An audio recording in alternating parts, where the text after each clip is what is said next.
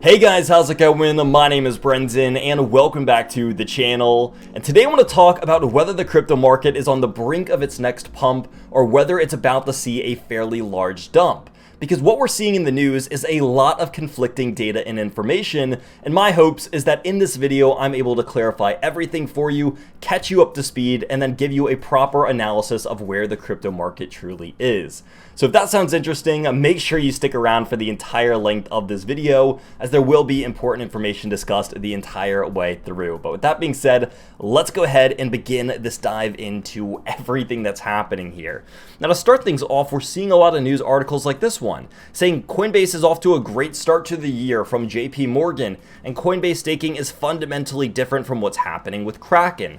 If you're not familiar, the SEC had to get involved with Kraken and actually remove their ability to offer staking services to US customers. Now then we see articles like this one that are saying crypto stocks are getting shorted big time. These are going to be stocks like Coinbase. So it seems to be very conflicting. And we look at the Coinbase chart and it's up almost 100% this year alone in the last month and a half. So there's a lot of conflicting data, but there's more. Because then we see articles that are saying stablecoins are attracting scrutiny and that the SEC is looking to control cryptocurrency by regulating these stablecoins. But then we move on and we see, well, MasterCard is going to be allowed to do crypto payments in Web3 via USDC, which is a stablecoin. And we go down here and essentially people will be able to go around with this metaverse MasterCard by Immersive, and that's what they're calling it. And you will be able to make payments, and guess what you're going to be paying in? A stablecoin called USDC that a lot of you are familiar with. So what are we supposed to believe here? Are we supposed to be believing that crypto is going to be heavily regulated, that there's things to worry about? And let me just say this now before we get into too much of the meat and potatoes here, is that there will always be articles that are meant to drive FUD. FUD stands for fear, uncertainty, and doubt, and it's meant to make people afraid. Why? Because these articles that have these really scary headlines are going to have you click on them. You're going to click on them and say, oh my God, is there something that I need to worry about? Is there something serious that's happening behind the scenes that I missed? And you're going to click on these articles, they're going to get better numbers, and that's going to be their signal saying, oh, well, this article that we published that was really bearish is getting a lot more views than the one that was maybe bullish or neutral. And so that's why a lot of these articles come out here. They're meant to scare people, when in reality, a lot of these large institutions are doing the opposite, and they're probably counter trading you. So let's talk about this from a realistic perspective. Basically, what this article sums up is that Coinbase has been doing, fairly well here, and JP Morgan seems to have a pretty bullish kind of view on them. And so what they kind of go on and say here is that they raised their price target of Coinbase to $57 from $52. They still said that it's a relatively neutral rating, but the fact that their price target is raising is saying a lot about this. So if you want to kind of view the full article, I'll have this over here so that everyone can kind of see this in the background. But on the same line of I guess, defense, Coinbase is going to be fundamentally different from Kraken's staking program. Does this make sense?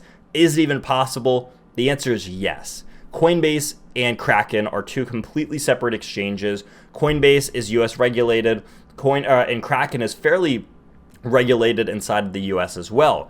The difference here is that if you've even looked at these two staking programs, they operate very differently. They give you very different yields. There's different flexibility periods. There's a lot that goes into this. And so is it possible for these two to be completely and fundamentally different? The answer is very much yes. It depends how they're deriving their yield, how they're managing funds, how they're redistributing them to customers. There's a lot that goes into this. So it's very possible that Coinbase never loses its staking ability for US customers because it is just different at the end of the day. And so is this possible? Yes. I noticed that there was a lot of confusion around this. But in a quote from Coinbase's chief lawyer, or I believe is Coinbase's chief lawyer, they said the staking products that we offer on Coinbase are fundamentally different from the yield products that were described in the reinforcement action against Kraken. The difference does indeed matter. So, with that being said, I've had so many questions over the last week saying, oh my God, is Coinbase safe? Is this exchange safe? And the answer is no one's ever like truly safe, right? We can't say with certainty that an exchange is completely safe. I mean, look what's happened in the last year with FTX and Luna and UST and Voyager and all these different platforms that are out there, right? Celsius. We can't say with certainty that anyone's safe, but what we can say is that different products are going to be regulated differently depending on how they act. I don't want to bore people with regulation, so let's go ahead and move on here. Now, are these crypto stocks being shorted? Well, maybe, but I don't think that's a bad thing, right? I mean, we look at Coinbase. This is the Coinbase chart. It is up almost 100% on the year. It started the year down by about $30. It's almost up to $60 at the moment. It was almost up 200 to 300% on the year. So is Coinbase doing bad? Is it a bad thing that Coinbase is being shorted? I don't think so. I mean, it has had a miraculous year, and maybe that's why people are shorting it. Maybe they think it's overextended, but Coinbase, the stock, actually has been crushing it. And these articles that I actually missed over here were talking about how much revenue that they get from their partnership with Circle and how it's actually proving to be something that's really healthy for both companies. Anyway, beside the point. Now, what about stablecoins? These have been everywhere, left and right, up, down, side to side. Everyone's worried about regulation from stablecoins. Well, there's articles like this that are saying, oh my God, there's so much scrutiny, there's so much attack, they want to control crypto, yada, yada, yada. But guess what? A lot of this, again, is just making it sound a lot worse than it really is.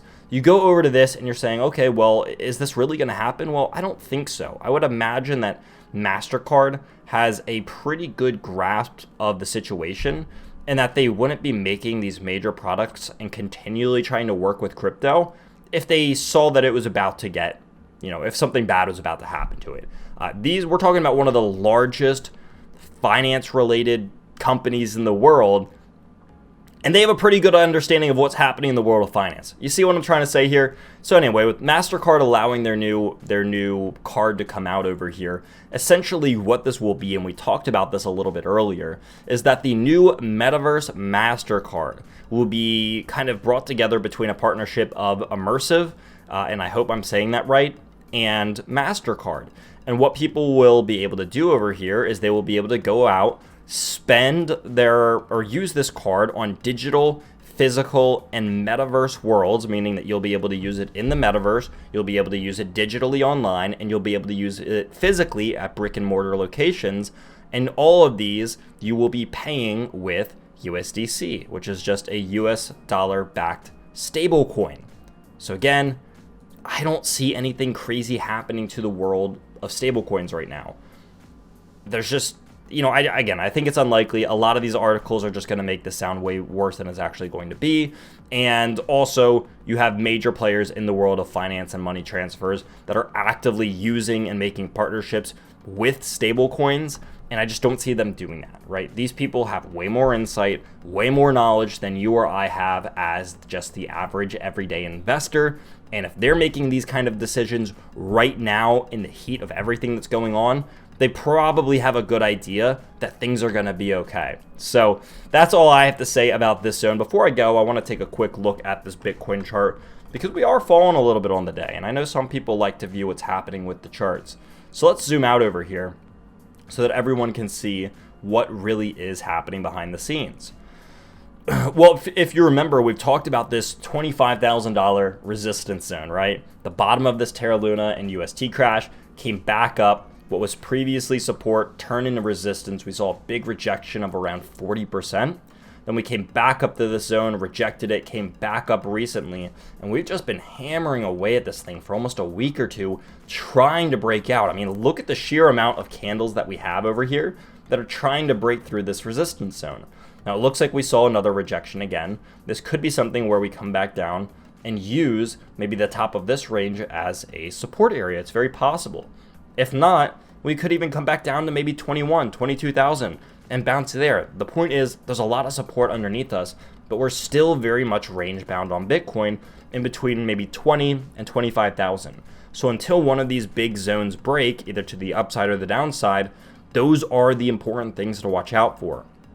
Bitcoin will likely continue to be very choppy in the meantime, but until one of these things happen, I'm kind of just sitting on the sidelines. Maybe I'll accumulate more if we get closer to support and as we fall, but I'm not making any massive moves right now. Again, until one of these two zones break, I see this as a bit of no man's land. There's going to be a lot of chop. There's going to be a lot of frustration, especially if you're trading this here.